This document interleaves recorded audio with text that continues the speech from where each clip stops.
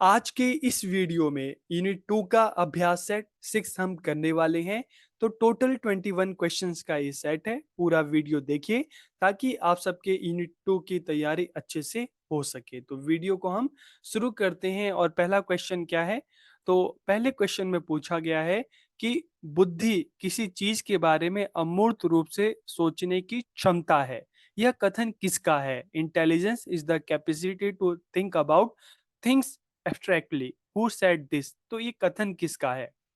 Terman का है, Woodworth का है, स्टर्न का है या कॉल्विन का है? राइट आंसर क्या है? 1 है, 2 है, 3 है या 4? मतलब ए बी सी डी क्या है राइट आंसर? तो यहाँ पे राइट आंसर क्या है? टर्मन। ओके, आगे हम बढ़ते हैं। Question number 2। अब क्वेश्चन नंबर 2 में क्या पूछा है कि the first theory of intelligence was, कि बुद्धि का, इंटेलिजेंस का पहला सिद्धांत कौन सा था? Single factor theory, two factor theory, three factor theory या मल्टी फैक्टर थ्योरी? तो कौन सा इंटेलिजेंस की पहली थ्योरी थी, बुद्धि का पहला सिद्धांत था? ए बी सी डी, कौन सा राइट आंसर क्या है? सिंगल फैक्टर है, टू फैक्टर है, थ्री फैक्टर है या मल्टी फैक्टर है? तो यहाँ पर राइट आंसर जो होगा वो होगा ए, सिंगल फैक्टर थ्योरी। आगे हम बढ़ते हैं क्वेश्चन नंबर 3। अब क्वेश्चन नंबर 3 में क्या पूछा है कि who among the following has given single factor theory of intelligence? तो आपको ये तो पता चल गया कि इंटेलिजेंस की जो पहली थ्योरी है सिंगल फैक्टर थ्योरी है। लेकिन अब क्वेश्चन आता है कि जो सिंगल फैक्टर थ्योरी है इसको दिया किसने है? टर्मन ने दिया है, बिने ने दिया है, गार्डनर ने दिया है या वुडवर्थ ने दिया है? किसने दिया है? A B C D, right answer क्या है इसका? तो राइट आंसर क्या है?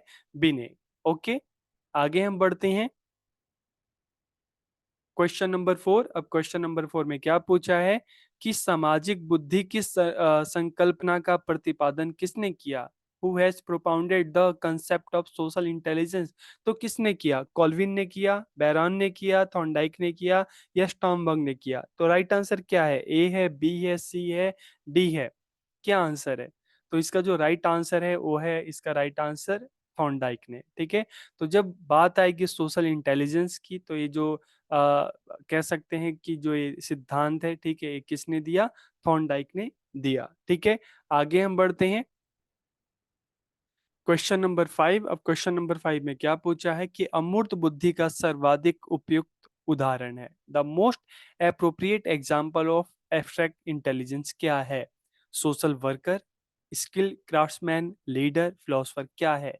जब हम बात करेंगे एब्स्ट्रैक्ट इंटेलिजेंस की, अमूर्त बुद्धि की, तो इसका सबसे अच्छा जो उदाहरण है, सबसे जो अच्छा जो एग्जाम्पल है वो है एक फिलोसफर, एक दार्शनिक।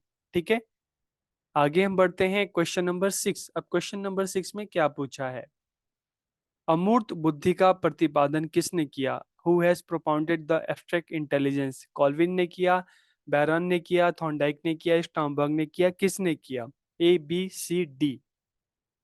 तो इसका भी जो राइट आंसर है क्या है? थॉर्नडाइक। ठीक है, थॉर्नडाइक ने अमूर्त बुद्धि का भी प्रतिपादन किया है। ठीक है, एब्स्ट्रैक्ट इंटेलिजेंस की जो हम बात करें तो इसका प्रतिपादन किसने किया? थॉर्नडाइक ने। ठीक है, आगे हम बढ़ते हैं क्वेश्चन नंबर 7। अब क्वेश्चन नंबर 7 में क्या पूछा है? काफी इंपॉर्टेंट क्वेश्चन है कि who is the author of the book emotional intelligence? जो इमोशनल इंटेलिजेंस नाम की जो पुस्तक है, इसके ऑथर कौन है, इसके लेखक कौन है? स्टर्नबर्ग है, गोलेमैन है, बैरान है या थॉर्नडाइक है? कौन है? A B C D? तो यहाँ पर राइट आंसर क्या होगा? B, Goleman. ठीक है, कि जो बुक है इमोशनल इंटेलिजेंस, इसके राइटर कौन है? गोलेमैन। आगे हम बढ़ते हैं क्वेश्चन नंबर 8। अब क्वेश्चन नंबर 8 में क्या पूछा है कि who propounded the theory of multiple intelligence in the year 1983? कि 1983 में, 1983 में बहुबुद्धि सिद्धांत का प्रतिपादन किसने किया था? किसने किया था? हर्बर्ट स्पेंसर ने किया, गार्डनर ने किया, गिलफोर्ड ने किया, अल्फ्रेड बिने ने किया? किसने किया? A B C D? तो यहाँ पर राइट आंसर क्या होगा? जब बात आएगी मल्टीपल इंटेलिजेंस की, बहुबुद्धि की, तो गार्डनर ने, ठीक है, इस सिद्धांत का प्रतिपादन किया। ओके, आगे बढ़ते हैं क्वेश्चन नंबर 9। अब क्वेश्चन नंबर 9 में क्या पूछा है कि हार्वर्ड गार्डनर के बहुबुद्धि सिद्धांत में किस प्रकार की बुद्धि का वर्णन नहीं किया गया है? Which type of intelligence is not describe in Harvard Gardner's multiple intelligence theory, कि जो हार्वर्ड गार्डनर की मल्टीपल इंटेलिजेंस थ्योरी थी उसमें किस टाइप के इंटेलिजेंस का जिक्र गार्डनर ने नहीं किया। ठीक है, पहला लॉजिकल मैथमेटिकल इंटेलिजेंस, दूसरा इंटरपर्सनल इंटेलिजेंस, तीसरा अगर बात करेंगे तो नेचुरलिस्टिक इंटेलिजेंस, और चौथा आर्टिस्टिक इंटेलिजेंस, तार्किक गणितीय बुद्धि, अंतः पारस्परिक बुद्धि, प्राकृतिक बुद्धि या कलात्मक बुद्धि। तो गार्डनर की जो इंटेलिजेंस की जो थ्योरी थी उसमें उन्होंने किस इंटेलिजेंस का जिक्र नहीं किया, ए बी सी डी। तो यहाँ पर राइट आंसर क्या होगा, डी, आर्टिस्टिक इंटेलिजेंट, कलात्मक बुद्धि। ठीक है, आगे बढ़ते हैं क्वेश्चन नंबर 10। अब क्वेश्चन नंबर 10 में क्या पूछा गया है कि तार्किक गणितीय बुद्धि किस सिद्धांत से संबंधित है, हायरार्किकल थ्योरी से है, ग्रुप फैक्टर थ्योरी से है, थ्योरी ऑफ मल्टीपल इंटेलिजेंस से है, या टू फैक्टर थ्योरी से है। ठीक है, तो अभी अगर इससे पहले का क्वेश्चन अगर आपने ध्यान से देखा होगा तो आप समझ चुके होंगे कि जब हम बात करते हैं लॉजिकल मैथमेटिकल इंटेलिजेंस तो इसका संबंध किस थ्योरी से है, ए है, बी है, सी है या डी है। तो इसका right answer C, theory of multiple intelligence. ठीक है, जो किसने दी, गार्डनर ने दी। आगे हम बढ़ते हैं क्वेश्चन नंबर 11। अब 11 में क्या पूछा है कि अंतरिक्ष मिशनों के प्रबंधन और स्वचालन के लिए किस प्रकार की बुद्धिमत्ता का बुद्धि का उपयोग किया जाता है। What type of intelligence is used to manage and automate space missions. तो किस तरह की बुद्धि का उपयोग किया जाता है जब हम अंतरिक्ष की बात कर रहे हैं। ठीक है, अंतरिक्ष मिशनों की बात कर रहे हैं तो आर्टिफिशियल इंटेलिजेंस या bodily kinesthetic intelligence, linguistic intelligence या म्यूजिकल इंटेलिजेंस। तो किस तरह का इंटेलिजेंस का इस्तेमाल किया जाता है। ठीक है, तो यहाँ पर राइट आंसर क्या होगा, आर्टिफिशियल इंटेलिजेंस। ठीक है, कृत्रिम बुद्धि। आगे हम बढ़ते हैं क्वेश्चन नंबर 12। तो देखिए इस पे हमने कल भी बात की थी, the formula of calculating IQ, IQ को कैलकुलेट करने का फॉर्मूला क्या है।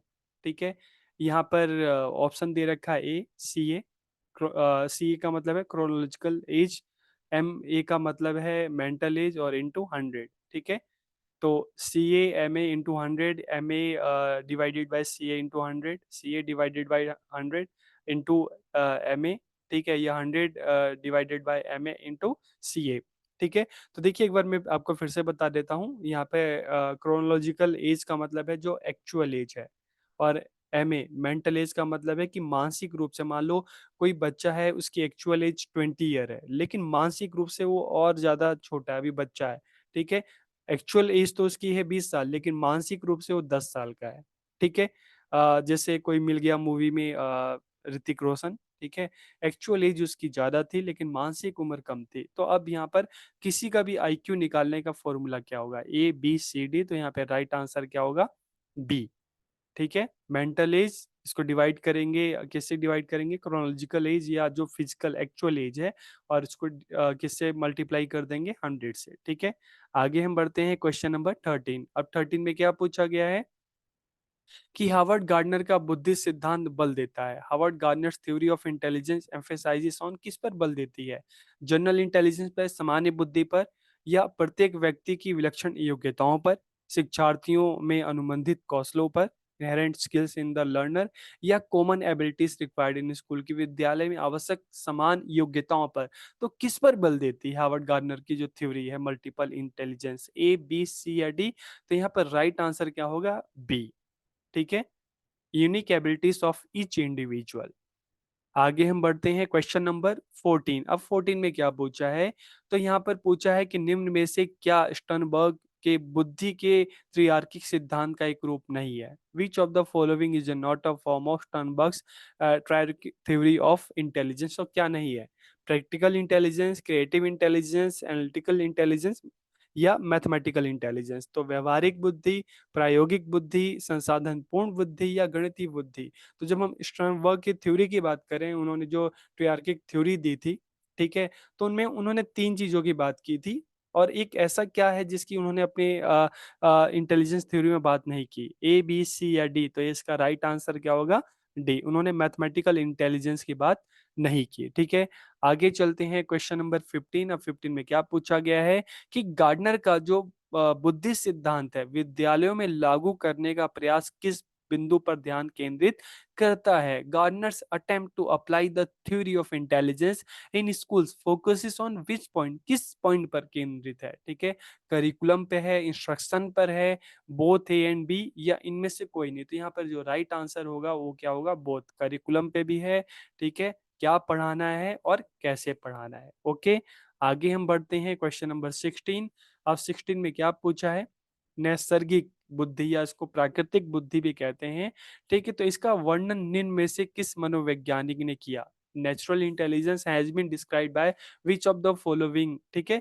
तो किस मनोवैज्ञानिक ने किया, थर्स्टन ने किया, गार्डनर ने किया, थॉमसन ने किया, या हैनमॉन ने किया। तो किसने किया, ए बी सी या डी।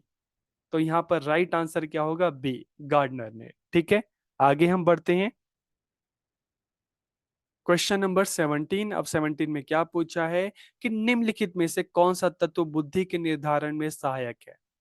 हेरिडिटी, जो गुण हमें बाय बर्थ अपने पेरेंट्स से मिलते हैं, और एनवायरनमेंट की, इस दुनिया में आने के बाद जो हम अपने आस पड़ोस से, अपने एनवायरनमेंट से सीखते हैं। तो बुद्धि का निर्धारक तत्व कौन सा है, ए है, बी है, ए बी दोनों है, या इनमें से कोई नहीं। तो राइट आंसर क्या होगा, ए भी है, बी भी है, तो राइट आंसर क्या होगा, सी, ठीक है। आगे हम बढ़ते हैं क्वेश्चन नंबर 18 पे। अब 18 में क्या पूछा गया है कि आध्यात्मिक बुद्धि की अवधारणा निम्नलिखित में से किन परिस्थितियों के संदर्भ में सहायक होगी।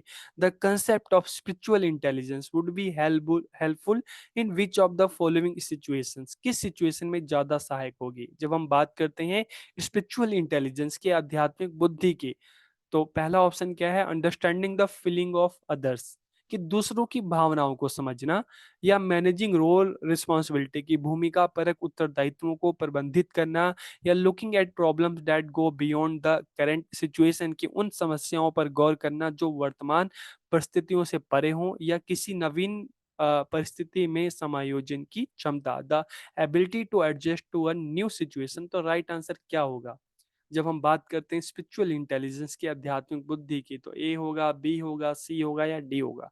तो देखिए यहाँ पे राइट आंसर जो होगा ए होगा, understanding the feeling of other, कि दूसरों की भावनाओं को समझना, ठीक है। Question number 19। क्वेश्चन नंबर 19 में अब क्या पूछा गया है कि who introduce the group factor theory of intelligence, की बुद्धि के समूह कारक सिद्धांत की शुरुआत किसने की। बॉट ने की, स्पीयरमैन ने की, थर्स्टन ने की, गिलफोर्ड ने की, किसने की। ए बी सी या डी। तो यहाँ पर राइट आंसर क्या होगा, थर्स्टन, सी, ठीक है।